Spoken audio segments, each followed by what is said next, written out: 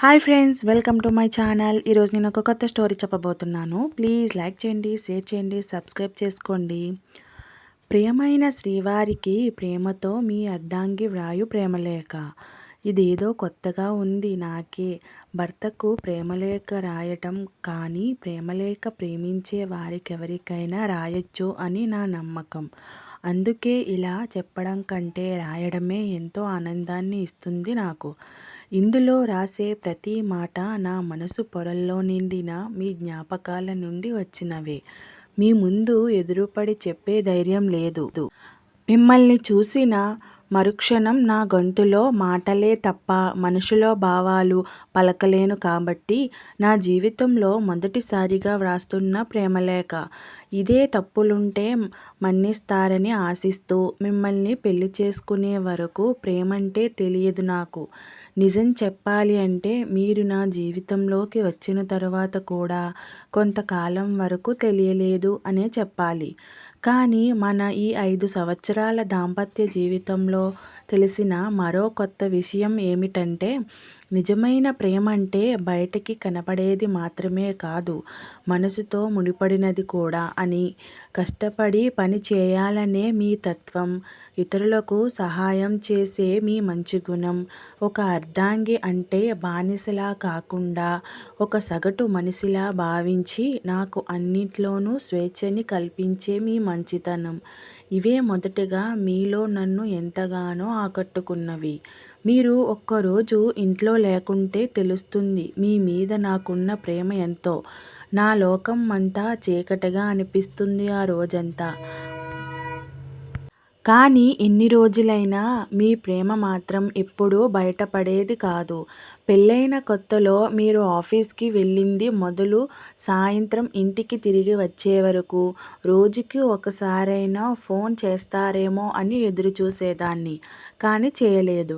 దానికి మీ సమాధానం పెళ్ళైన కొత్తలో ఒకలాగా, కొన్ని సంవత్సరాలు గడిచిన తరువాత మరోలాగా ఉండడం నాకు రాదు. నేను అలా నటించలేను. నేను నాలానే ఉంటాను అని ఆ మాట విన్న మరుక్షణం బాధపడ్డా. మాట వాస్తవమే అయినా తరువాత కాలంలో నేను బాధపడకూడదు అన్న ఉద్దేశంతోనే అలా అన్నారని అర్థమైంది. ఇలా ఒకటి కాదు, చాలా విషయాలలో అలా ఎంతో ముందు చూపుతో ఆలోచించే మీ మనసు నాకు నచ్చింది. మీ ప్రేమ బయటికి కనబడకపోయినా నేను ఇష్టపడింది నాకు దక్కినప్పుడు మీకు కలిగే ఆనందంలో ఆ ప్రేమ నాకు కనబడింది. నేను సరదాగా అడిగినవి కూడా మనసులో పెట్టుకుని ఎప్పటికైనా నాకు అందచేయడానికి మీరు పడే తాపత్రయం నేను గమనించాను. కానీ ఈ మధ్య ఎందుకో తెలియదు, మనం తరచూ గొడవ పడుతున్నాము. చిన్న చిన్న విషయాలను కూడా పెద్దవిగా చేసి చూస్తున్నాము. ఇందులో నా తప్పు కూడా ఉంది అని గ్రహించేసరికి మీరు కోప్పడి వెళ్ళిపోతున్నారు. అప్పుడు నా మీద నాకే ఎంతో కోపం వచ్చేది. ఎవరో ఒకరు సర్దుకుంటే బాగుండు, అది నేనే అయితే ఏమవుతుంది? పాపం అనవసరంగా ఆఫీస్కి వెళ్ళేటప్పుడు గొడవ పెట్టుకున్నాను. అదే ఆలోచిస్తూ బైక్ నడుపుతారేమో, ఎక్కడ మీకు ఏమవుతుందో అని ఆ రోజంతా నా మనసులో ఉండేది కాదు. మరలా సాయంత్రం మీరు ఇంటికి వచ్చే వరకు మీ మీదనే నా ధ్యాసంతా. కానీ ఆ గొడవ తరువాత మన మధ్య పుట్టే ప్రేమ మధురం. ఆ తరువాతే నిర్ణయించుకున్నాను ఇంకెప్పుడూ మీ మనసుని నొప్పించే విధముగా మాట్లాడకూడదు అని. తరువాత మనం గొడవలు పడ్డ రోజులు గుర్తే లేవు. అంతలా మన ప్రేమ మనల్ని దగ్గర చేసింది. కానీ అలకలు ఆడవారికి కవచకుండలాలు అంటారు కదా, అవి ఎక్కడికి పోతాయి మమ్మల్ని వదిలి?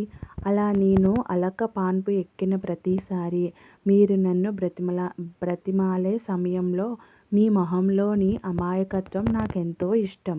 ఈ విషయం మీకు చెప్తే ఎక్కడ బ్రతిమాలడం మానేస్తారో అని ఇంతవరకు చెప్పలేదు. ఇప్పుడు కూడా చెప్పలేదనే అనుకోండి, లేకుంటే మరలా బ్రతిమాలడం మానేస్తారు. మన ప్రేమకి గుర్తుగా పుట్టిన మన బాబు రూపంలో మన బంధం ఇంకాస్త బలపడింది. వాడిని కనే క్రమంలో నేను పడే బాధను చూసి మీరు రాత్రంతా నిద్రపోకుండా నాకు తోడుగా నా పక్కనే ఉన్నారు. ఆ క్షణంలో మీ ముఖంలో నా పట్ల ఉన్న ప్రేమ నా కోసం మీరు పడే బాధ నేను గమనించాను. తరువాత రోజు ఉదయం ఉదయించే సూర్యుల్లా ఎంతో ప్రకాశంతో తేజోవంతంగా వెలిగిపోతున్న మన బాబుని మొదటిసారి మీ చేతుల్లోకి తీసుకున్న ఆ క్షణం మీ కళ్ళల్లోని ఆనందం నాకు ఇంకా కళ్ళ ముందే ఉంది. వాడి రాకతో మన జీవితాలలో ఎంతో మార్పు వచ్చింది. మన ఇద్దరి జీవితాల్లోకి వెలుగుని తెచ్చి మనకు కొత్త ఆనందాలను తీసుకువచ్చాడు. వాడి రాక మనకు కొత్త బాధ్యతల్ని తెచ్చింది.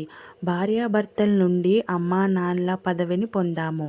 ఆ తరువాత మన బాబుని పెంచే ఆ క్రమంలో మీలోని మరో మనిషిని చూశాను.